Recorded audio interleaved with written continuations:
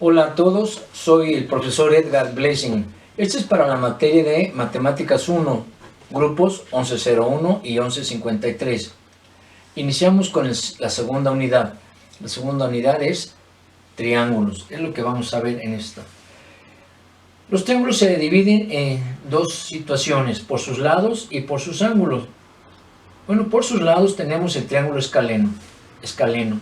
Es el triángulo que tiene todos sus lados, son de diferentes magnitudes, sus ángulos por lo mismo. Triángulo isósceles. Es el triángulo que tiene dos lados iguales y dos ángulos iguales, difiriendo con un tercero. Triángulo equilátero. Todos sus lados y todos sus ángulos son iguales, o sea, son triángulos que tienen 60 grados sus ángulos interiores. Estos por los lados, por sus ángulos, se dividen en triángulo recto y el oblicuángulo.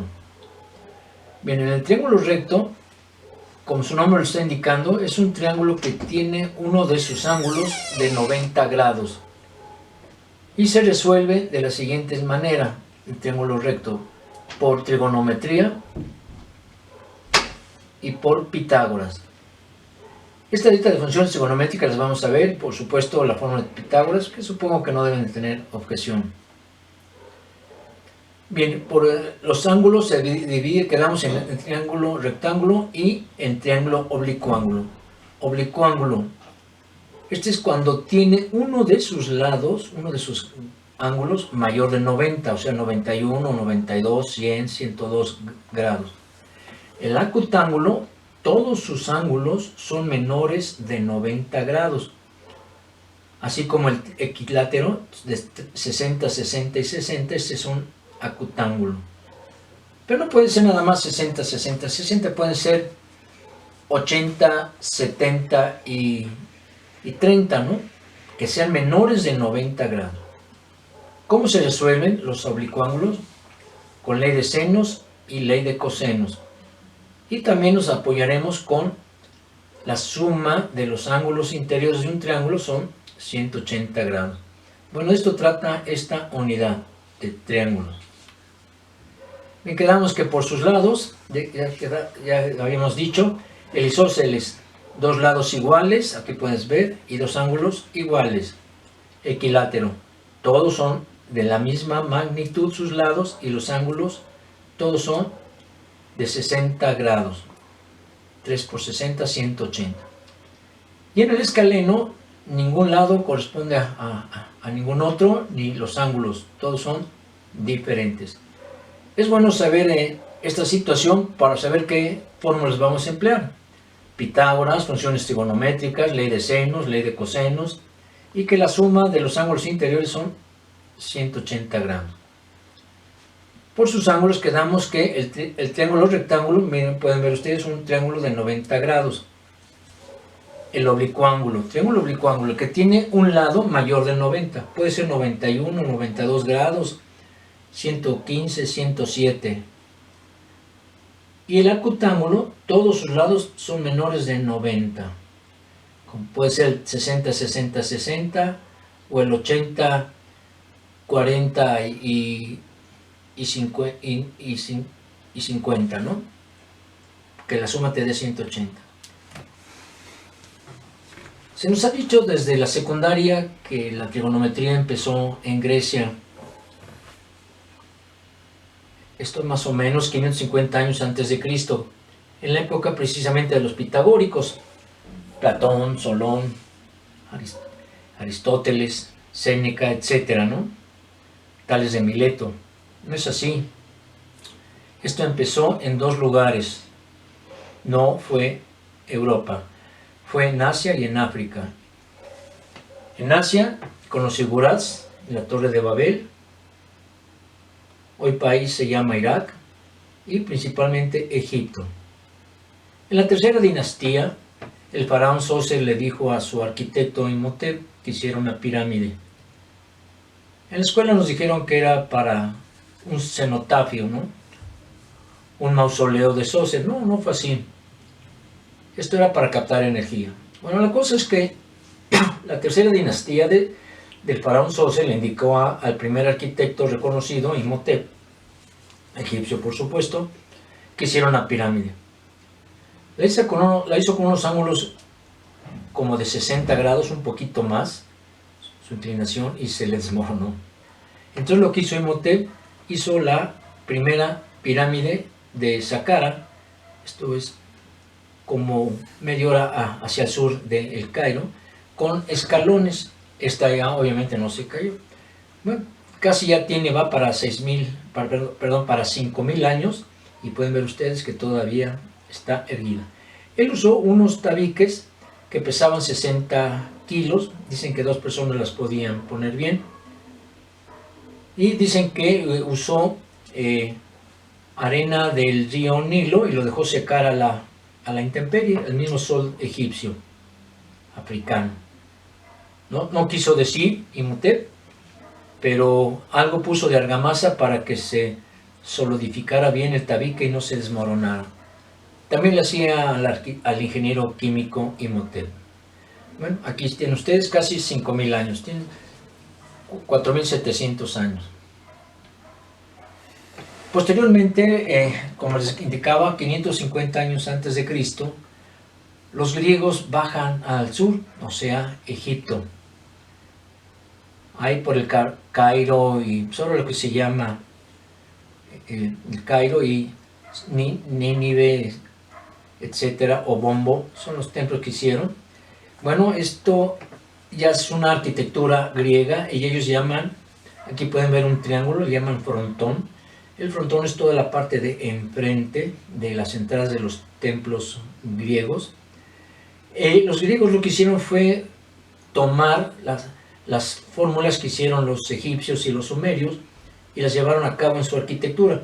Esto ya fue 2000 años después que estuviera el arquitecto Imhotep, Gemiunu, y por supuesto no están muy claros los arquitectos sumerios, pero sí Menrod fue el que indicó, un rey sumerio, que se hiciera la Torre de Babel para poder escapar de otro gran diluvio. Bueno, eso fue mucho antes de esto, ¿no? Esto ya fue muy cercano a la era cristiana. Bueno, aquí pueden ver cómo los griegos aprovecharon el triángulo. Esto se llama la parte del frontón. Aquí pueden ver, frontón es todo esto, lo de enfrente. Aquí pueden ver las pendientes. Y obviamente, pues las columnas son de origen egipcio. Esas sí ni siquiera son sumerias, son africanas. Y aquí empezaron a tomar ya los conocimientos de los egipcios. Fuste, que es la parte larga de la columna, el capitel la parte superior, y los egipcios no usaban la base. Bueno, aquí está una aplicación de la trigonometría, a mi punto de vista, egipcia. Los arquitectos contemporáneos, los ingenieros civiles, dicen que para subir los bloques, ¿qué son bloques? Estamos hablando de 2,5 toneladas para Keops y Kefren. Esto ya no fue el arquitecto Imhotep, se llamaba Gemiunu. De las dinastías cuarta, donde están Keops, Kefren y Miserinos, que también nos dijeron en las escuelas que estos eran mausoleos para los faraones. Mentira, nunca han encontrado un faraón en una pirámide. Se llama Mastaba, donde están los cenotafios de los faraones africanos. Esto fue casi 100 años después de la pirámide de Saqqara. Aquí usaban bloques, ya no de 60 kilos, sino de 2,5 toneladas. Dicen que la subían de esta forma. Una manera para evitar la fricción, dicen que ponían agua del río Nilo y hacían unos como trineos para tirar de estas piedras. La pregunta es si cómo pisonaban esta arena. Arena había muchísima, pero cómo es que la iban pisonando para que quedara sólida y pudieran llevar todo esto. Bueno, esta es una aplicación de lo que nos dijeron en la secundaria, ¿no? Bien, todos pensamos que el número pi es de origen griego. Bueno, la letra sí. Los griegos se dieron cuenta de la siguiente, que lo habían descubierto los arquitectos e ingenieros egipcios. Pi empezó con las pirámides, aunque no parezca muy cierto. Bien, esto es lo que dicen que hicieron los egipcios para subir los bloques de 2,5 toneladas. A la rampa inclinada, los griegos lo que hicieron fue llamarle hipotenusa. Esto ya son palabras griegas, pero de tecnología egipcia con 2000 años de antelación. Esto vendría siendo el largo que tenían para poder empezar la rampa. Y este era la altura a la que tenía que llegar el bloque. Bueno, si vemos este ángulo que tenía que diseñar para poder subir en los bloques que les enseñé con los trineos, bueno, con respecto a este ángulo, este se llama cateto adyacente y este sería el cateto opuesto a este ángulo. Y la rampa le llamaron hipotenusa. Ellos mismos, los egipcios, empezaron a diseñar para diferentes pirámides las funciones trigonométricas. Esto es mínimo 5.000 años antes de Cristo, perdón, 3.000 años antes de Cristo, no 500 años antes, sino 3.000 años antes. Bueno, dependiendo, el ángulo que es el importante, al seno. Seno es la relación entre el cateto opuesto, o sea, esta, la parte que llamamos altura en la pirámide, y la hipotenusa, que es la rampa. El coseno ahora ya no es el cateto opuesto, sino el cateto adyacente. Es el piso que tenía tanto Gemi-1 como Imhotep para alargarse. No pueden tampoco alargarse mucho porque también les estorbaba el río Nilo por un lado y una pequeña cordillera. En el caso de Gemi-1, en Giza, donde están las 3 pirámides importantes, pues es una meseta, por eso se llama la meseta de Giza. No podía tampoco salirse de esa planicie, que entre la planicie de Giza y el resto pues eran más de 10 metros, entonces no podía tampoco alargarse mucho en el cateto adyacente. Bueno, ese es el coseno, la relación entre el adyacente y la hipotenusa. La tangente es la relación entre los catetos, que es el cateto opuesto, la altura entre la distancia que tenían en el suelo en Giza. Quizá hayas escuchado otras funciones como cosecante. No es otra cosa que el seno inverso. Checa en tu calculadora y no existe cosecante, pero sí existe seno inverso, ¿no? Puedes poner en la calculadora como a la -1, que es el recíproco o el antípodo, el inverso, ¿no? El seno es opuesto entre hipotenusa, aquí es al revés, hipotenusa opuesto. La secante es el opuesto al coseno, es el inverso. El coseno es adyacente entre hipotenusa, ahora es hipotenusa entre adyacente. Y así la tangente. Ojalá se puedan grabar estas 3 primeras, seno, coseno y tangente, porque se va a usar muchísimo en estática y en armaduras y en estructuras. Por favor, esas 3 de memoria, no debes de tener problema. Además, lo vas a usar en tu vida profesional. Seguro estoy. Bueno, pi, quedamos en que aparece porque la energía se concentra en el baricentro de las pirámides y de ahí se calcula pi, pero también se usa en las funciones seno. Seno dice que el dominio son los datos o los valores que puede tomar el eje de las X. Dice que toma todos los reales, desde negativos hasta positivos, pasando obviamente por el 0. El rango son los valores que puede tomar la Y, y la Y pueden ver ustedes que toma desde 1 en Y hasta -1. Entonces esta es una función seno. Esta se usa mucho también en sismicidad, en hidráulica, en electricidad, acústica, tiene muchas aplicaciones. Entonces, una función seno es esta, su gráfica, donde el dominio, repito, las X pueden tomar todos los reales y las Y, que se llama rango, de -1 a 1. Bueno, el coseno, la función coseno que hemos hablado, esta empieza desde 1. Fíjense, en el caso del seno empieza en 0, ¿no? Cuando toca el eje de las X. Aquí toca en 1. Entonces, hay un desplazamiento de 90 grados entre el seno y el coseno. Aquí pueden ver ustedes los valores de pi. Ya entra en función. Bien, para encontrar estas situaciones de radian es importante indicar que secante. Secante es una recta que toca dos puntos de la periferia de la circunferencia. Esa secante, cuando pasa por el centro de la circunferencia, se llama diámetro. Si cortáramos a la mitad el diámetro, se llama radio. Eso sería la periferia, que hemos sabido que son 360 grados, ¿no? La pregunta es, ¿cuántos diámetros se requieren para cubrir toda la periferia? O sea, ¿cuántos diámetros necesitamos para cubrir toda esta periferia, no? Haz de cuenta que quisiéramos hacer una barda.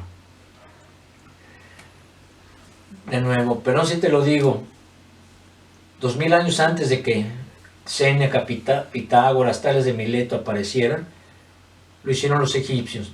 ¿Cómo se originó la pi? Bueno, los egipcios, su fuste ya no es totalmente cilíndrico, sino es una especie de cónico truncado. Tiene una base. Estas bases egipcias llegan a medir hasta la altura de un hombre, unos 70, unos 80 metros, y terminan en un capitel. Aquí es más angosto, el capitel griego es mucho más amplio. Generalmente el egipcio, sus columnas terminaban en una forma de flor de loto, como deteniendo la flor de loto las arquitraves. Bueno, ¿qué hicieron los egipcios? Los egipcios hicieron, haz de cuenta que una rebanada cortaron aquí, esta rebanada, y es que aquí está más gordita, mediana, y se adelgaza, ¿no? Bueno, lo que hicieron los egipcios fue lo siguiente, tomaron no un diámetro, sino un radio, la mitad. Entonces, este radio, la distancia que hay de aquí a acá, la pusieron en la periferia, y dijeron, aquí va un radio. Volvieron a tomar, dijeron 2 radios. 3 radios, 4 radios, 5 radios, 6 radios y quedaba un pedacito. Este pedacito era 2 veces pi que le faltaba. Pi es 3 diámetros con un 14.16% de un cuarto. Aquí van a ser 6 radios con el 32.28% del séptimo radio. El ángulo que se forma entre cuando giró el radio, ahora sí que la distancia de un radio en la periferia se llama un radián, y ese radián en grados es 57 grados 17 minutos con 45 segundos.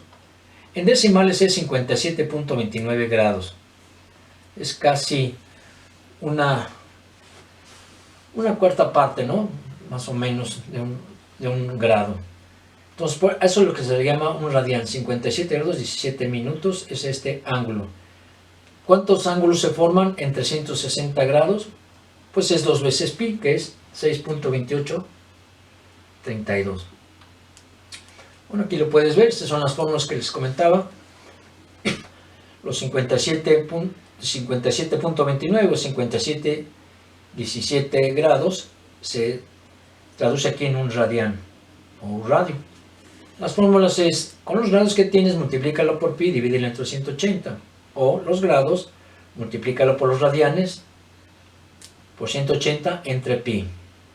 Esto se usa mucho en arquitectura, sobre todo para rampas, etcétera, escaleras de caracol, estacionamientos de caracol. Hay mucha aplicación. Fuentes, jacuzzis, circulares. Señores, la primera tarea es, por favor, expresa estos radianes, expresan en radianes estos ángulos, y lo que tenemos aquí en radianes, exprésalo en grados. Tienes las fórmulas anteriores, y ahorita te doy otra tabla que espero que que la copies o la bajes de internet o la copies de aquí. Bueno, esta es una tarea, está muy sencilla, y esto se pueden apoyar con esta de aquí, ¿no? Mira, en este caso 90 grados son pi medios radianes. Pi medios radianes son 90 grados. En la función seno corresponde al 1 y la función coseno corresponde a 0. Tangente no está definida. Haz en tu calculadora tangente de 90 grados y vas a ver que te va a decir mat error, no está definido. ¿Qué quiere decir? Que tu modo de 90 grados no se inclina ni a la derecha ni a la izquierda. Por eso es que no está definido la tangente de 90 grados. Bueno, con esto les agradezco. Empiezan a hacer esa tarea y pronto haremos una clase en Zoom. Agradezco la atención. Muchísimas gracias.